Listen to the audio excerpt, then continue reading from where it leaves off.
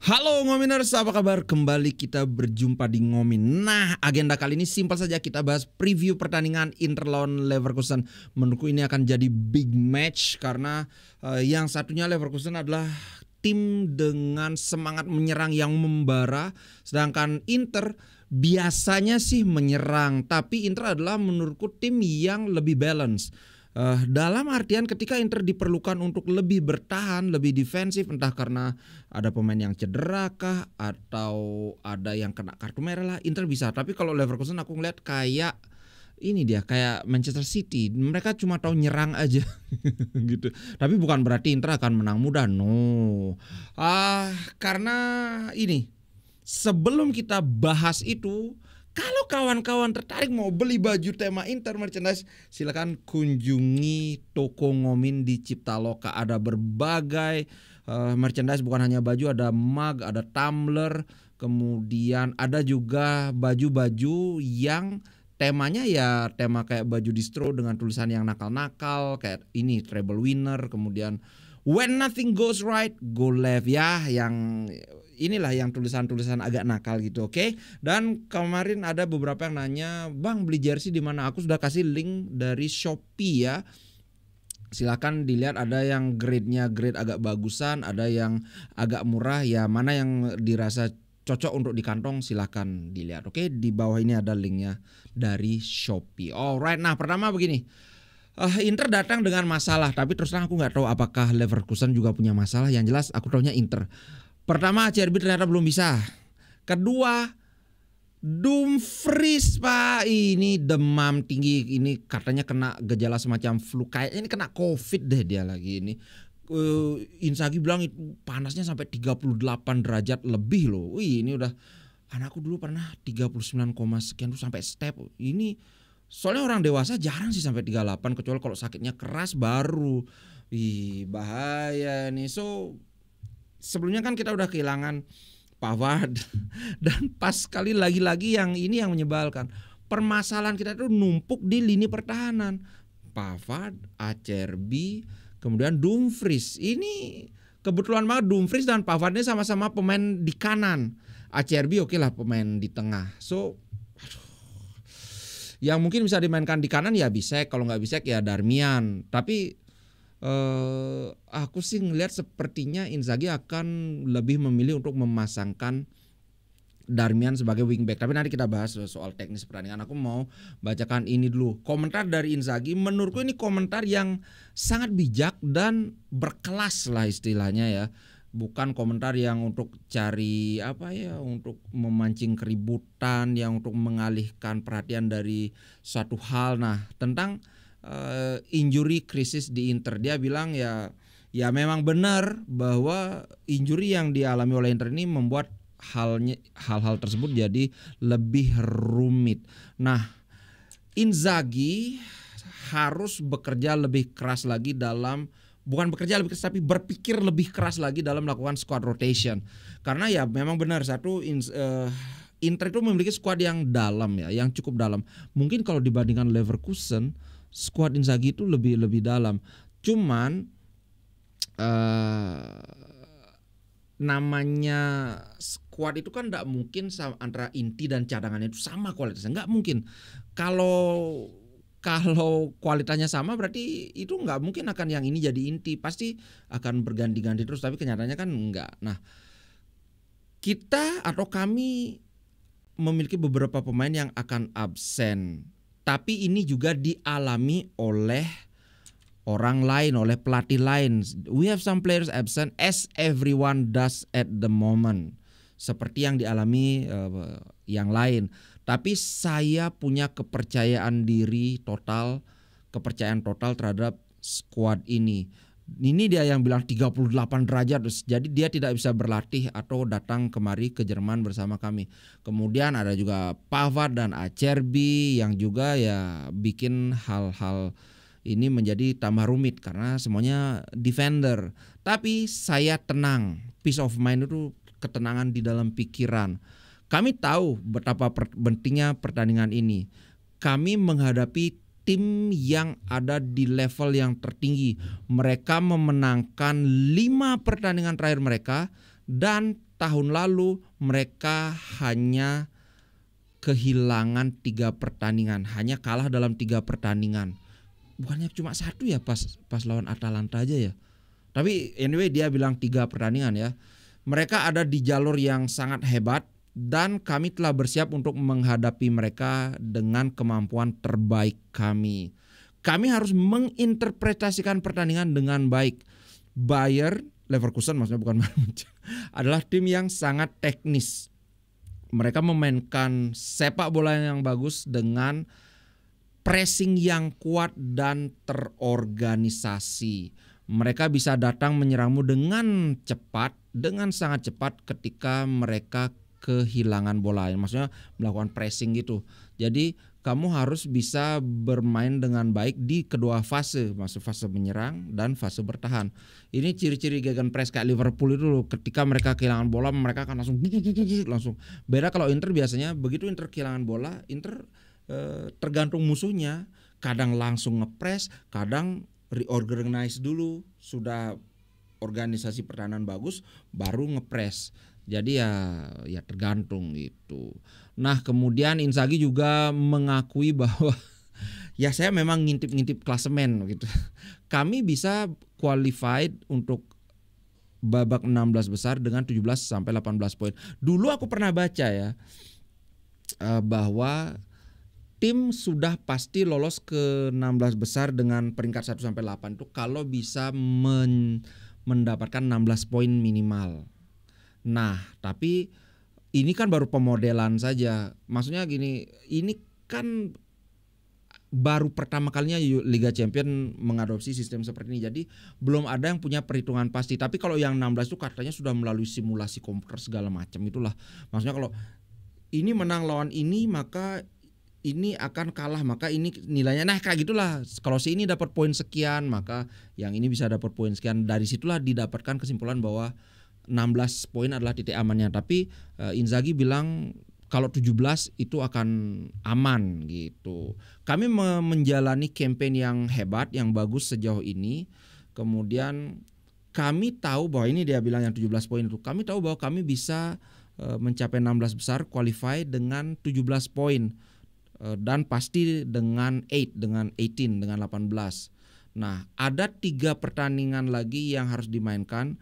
Kami harus melakukan yang terbaik besok sambil mengingat bahwa kami melawan salah satu tim terkuat di Eropa yang hanya menderita kekalahan 3 kali dalam 16 bulan. Oh, pantes. Yang tadi itu kan dia bilang hanya kalah 3 kali musim lalu. Padahal maksudnya itu hanya kalah 3 kali dalam 16 bulan terakhir. Itu yang benar, pantas tadi aku bingung. Tapi kemudian dia melanjutkan gini.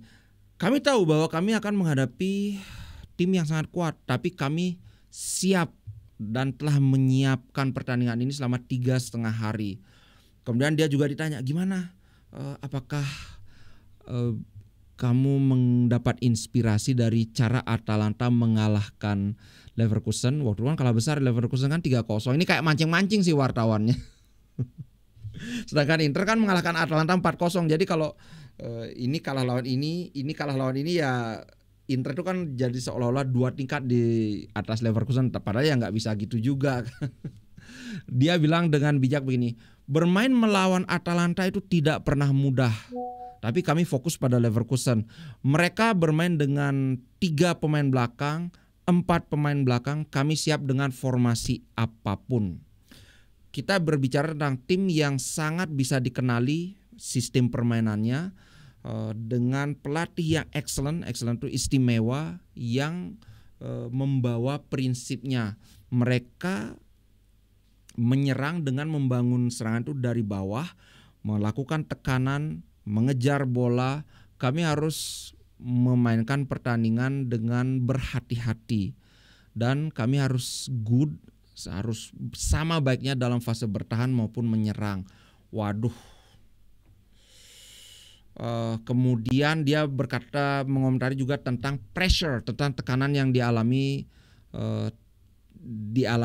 oleh dirinya dan timnya. Saya melatih Inter.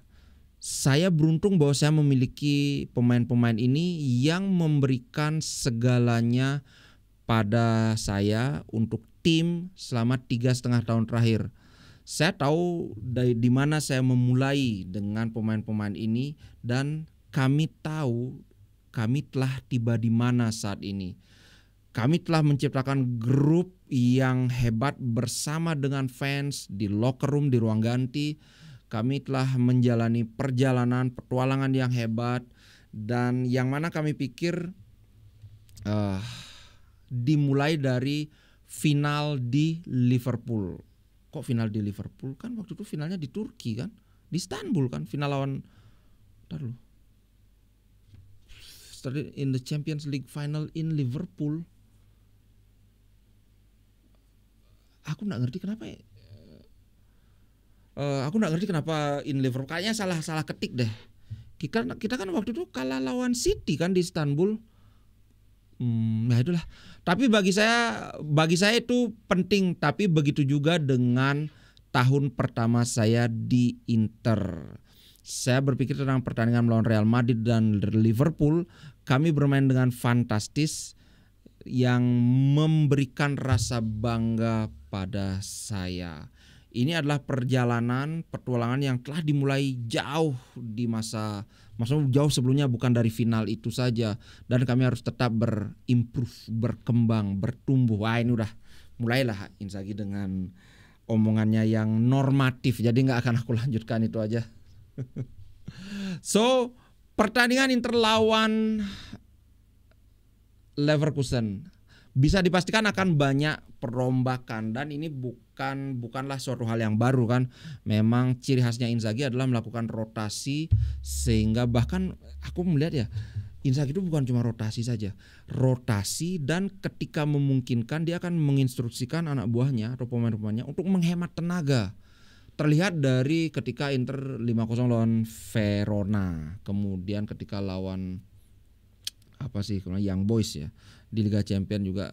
Jadi sebegitunya Inzaghi itu benar-benar memanage pemain, karena ya dia tahu sekarang main lagi, 3 hari main lagi, kemudian 4 hari kemudian main lagi, kemudian lagi 3 hari lagi main. So kalau tidak dibegitukan ya akan kesulitan sendiri bro. Sehingga kalau di lini belakang kayaknya sih siapa ya? Kita kan punya De Vrij yang bisa bermain di posisi back. Itu kan ada De Vrij, Bastoni, kemudian Jan Bisek. Kayaknya cuma 3 ini aja yang 4 ini aja yang center back. Kalau misalnya Inzaghi ingin mengistirahatkan Bastoni, berarti Jan Bisek akan dipasang di kiri, kemudian Darmian di kanan. Kalau De Vrij mau nggak mau harus main dia, walaupun dia tempo hari juga bermain. Nah, kalau aku ngelihat sepertinya sih itu, karena abis ini kan Inter akan ngelawan Lazio kalau nggak salah ya di Serie A. Lazio apa Udinese kalau nggak salah Lazio.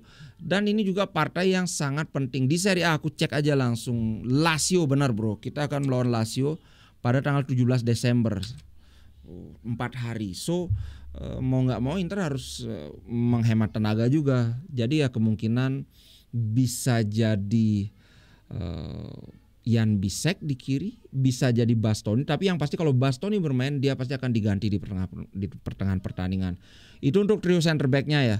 Nah kemudian untuk ke depan, sepertinya yang akan agak mengkhawatirkan adalah rotasi di midfield.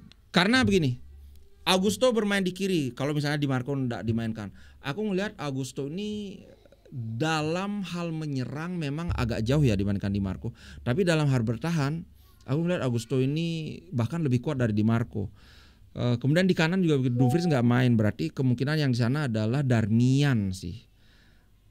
Masa Inter berani memainkan Buchanan? Tapi kita lihat aja. Karena begini, saat ini ada 2 left back terbaik di Eropa menurutku, yaitu Di Marco dan Grimaldo. Kalau dia di kanan ya ada Hakimi. Siapa lagi ya left back yang bagus? Mendy, backnya Real Madrid kayaknya nggak terlalu. Robert Andrew Robertson kayaknya bagus ya ini Liverpool. Tapi aku nggak ngikutin sih, jadi nggak tahu. Yang aku beberapa kali lihat adalah Grimaldo, dan Grimaldo ini adalah pemain yang punya kecepatan, punya technical quality yang sangat bagus, sehingga sepertinya akan lebih baik buat Inzaghi untuk menyiapkan pertahanan berlapis di kanan daripada memasang Buchanan yang tidak terlalu bagus dalam bertahan. Menyerang mestinya bagus, tapi ternyata tempo hari dimainin lawan Parma juga nggak terlalu bagus. Bahkan dia bikin blunder yang akhirnya berakhir dengan own goalnya Darmian toh. Sehingga kok kayaknya aku ngelihat lebih mungkin Darmian bermain di wing back kanan, kemudian Bisek di center back kanan, De Vrij di tengah, barulah di kiri itu Carlos Augusto. Kalau tidak Carlos Augusto ya sudah Bastoni. Nah di depan yang Carlos Augusto. Itu sih kalau aku ngeliat lebih mungkin daripada Darmian jadi center back kanan, kemudian Buchanan jadi wing back kanan. Kalau menurut kawan-kawan gimana? Itu dulu ya. Nah kalau di tengah pasti Hakan Calhanoglu. Kemarin kan sudah dapat istirahat juga Hakan. Nah center midfieldernya nih, aku ngelihat center midfielder sepertinya Fratesi akan bermain dan Zielinski. Mkhitaryan dan Barella, kemarin Barella kan mainnya benar-benar menghabiskan tenaga, benar-benar berlari. Mkhitaryan juga ngeliat gitu. Jangan-jangan nanti dua ini yang akan main, Zielinski dua dengan Fratesi, atau satu aja. Kalau satu aja yang bermain, kemungkinan Barella yang akan bermain, Barella dengan Zielinski. Kemudian nanti Barella menit 60 akan diganti dengan Fratesi atau Mkhitaryan. Tapi aku ngelihat kalau Barella yang main kemudian diganti, kayaknya yang ganti Barella itu akan Fratesi. Kalau Barella bermain bersama dengan Fratesi kayaknya enggak gitu. Jadi pilihannya antara Barella dengan Zielinski, atau Zielinski dengan Fratesi, atau Zielinski dengan Miki. Tapi kecil kemungkinannya Zielinski dengan Miki itu kecil, karena kedua-duanya merupakan pemain yang sangat teknikal. Fisikalitasnya agak kurang kalau dua-duanya bermain di sana. Gitu sih menurutku kalau di tengah. Nah di depan kemarin kan Lautaro kan lama mainnya kan, berarti Thuram pasti jadi starter. Lautaro kemungkinan nggak start. Kalau yang diduetkan ya mending sama Taremi daripada Arnautovic. Walaupun Taremi juga belum ngegol selain dari penalti itu, tapi aku ngeliat Taremi lebih nyata lah kontribusinya terhadap pertandingan ini. Kalau Leverkusen, nah Leverkusen ini aku sekilas ngelihat beberapa pertandingan itu mereka kadang-kadang pakai 3-5-2, kadang-kadang pakai 3-4-2-1, tapi seringnya sih 3-4-2-1. Nah 3-4-2-1 berarti kan mereka pakai Boniface aja di depan kan. Di belakangnya itu ada bisa Wirtz, bisa siapa lagi yang lagi satu. Tapi yang ingin aku bicarakan adalah formasi 2 gelandang serang dengan 1 striker ini. Biasanya ini akan lebih variasinya itu lebih liar. Bisa Wirtz itu bisa melebar ke arah sayap. Tapi kalau Boniface sih aku ngelihat dia memang tipikal center forward yang goal poacher, lebih berbahaya di dalam kotak penalti lah. Gitu bro. Menurutku yang berbahaya kayaknya Grimaldo, karena aku tahu Grimaldo dari main FIFA 2023. Dan sekarang katanya Grimaldo sekarang lagi on fire banget. So semoga Darmian bisa menghentikan Grimaldo, jangan sampai dia nyetak gol atau nyetak assist. Itu guys, jangan lupa nanti kita live reaction ya. Pertandingannya itu jam 4 kalau Wita. Kalau WIB berarti jam 3. Bener kan? Bener sih. Sampai jumpa besok dini hari kita nonton. Kita doakan yang terbaik buat Inter. Harusnya sih bisa menang 1-0 atau 2-1 gitu. Tapi aku ngeliat kayaknya menangnya tipis dan Inter gak kebobolan atau seri. Feelingku sih Inter gak akan kalah gitu bro. Oke, sampai jumpa besok dini hari. Ciao guys.